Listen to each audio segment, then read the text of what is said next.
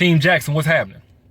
So over the last couple of weeks, I've been doing some one-on-ones with you guys through my Instagram live chat, through conference calls, just trying to connect on a more personal level to handle your situations as you bring them to me. But one thing I've noticed is that there is a huge misconception about what it means whenever a man is still lingering on a woman's mind, even after the relationship is over and she's cut him off and tried to move on.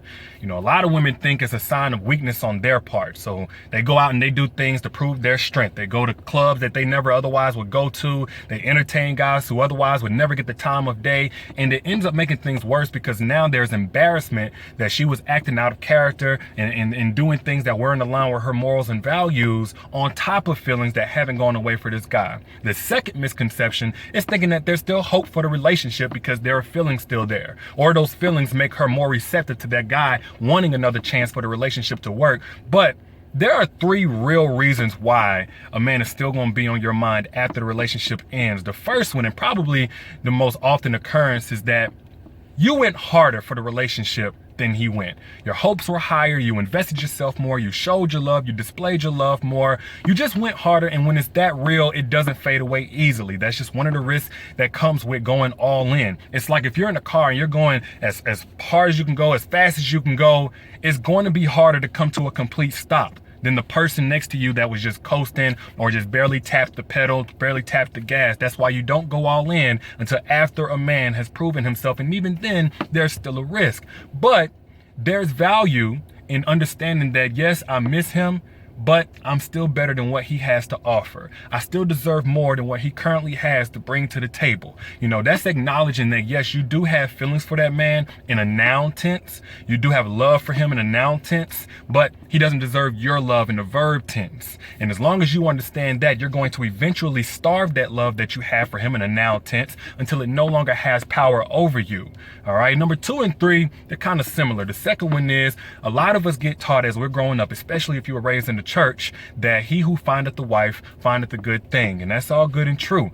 But it's not going to make sense whenever you bring what you know are wife qualities in you, a wife material in you. You have all the qualifications, you know, based on what you see other women getting married. You know that you are wife material, and this man didn't treat it as if he had found a good thing. So now you're going to be wondering if you really are as wife material as you thought. You know, what do these other girls have that you don't? This other woman that he goes and takes all that love that you wanted from him and it seems all perfect from the outside, what does she have that you don't have? That's the second reason a lot of women are still thinking about that man even after he's gone. The third one is, you're wondering if he even cares. Like, as a human being, you know, he got all this love poured onto him. You did everything that you can. Does he even care that he hurt you the way that he hurt you? You know, so the first thing I'll say, because I already know the question now is, well, what do I do about it? This is the practicality behind the whole self-love mantra. I know a lot of people say this, they leave it at just surface value, at surface level. The practicality is, where your focus goes, your energy flows. So you want to redirect all that focus that you were putting into him, all that energy that's still flowing to him, back into yourself. A lot of people think it's desperate, it's whack, it's lame to take yourself out on dates, go for a drink, go for a spa date, get a massage, go rock climbing, travel with your girls, do whatever you got to do, stack up your chips, get snatched in the gym, upgrade yourself. But what you're doing whenever you do that, you're showing that self-love to yourself, and you're putting that focus back on you, and that energy is flowing back on you and away from this man that has no business still being on your mind or in your heart. Because I always said, if a man is on your mind, that usually means he's somewhere hiding in your heart too. But the second part to that is, just because he's hiding in your heart doesn't mean that he belongs in your life. All right. So the second and third answer really are one and the same. In life, you have to give yourself closure sometimes. You can't depend on everybody else to tie up those loose ends and close those doors that they left open. It's the same way that we got to accept apologies that we never got. Sometimes you got to give yourself closure where somebody else left that part of your heart open. That's the harsh, unsexy truth about life. That's a part of being an adult.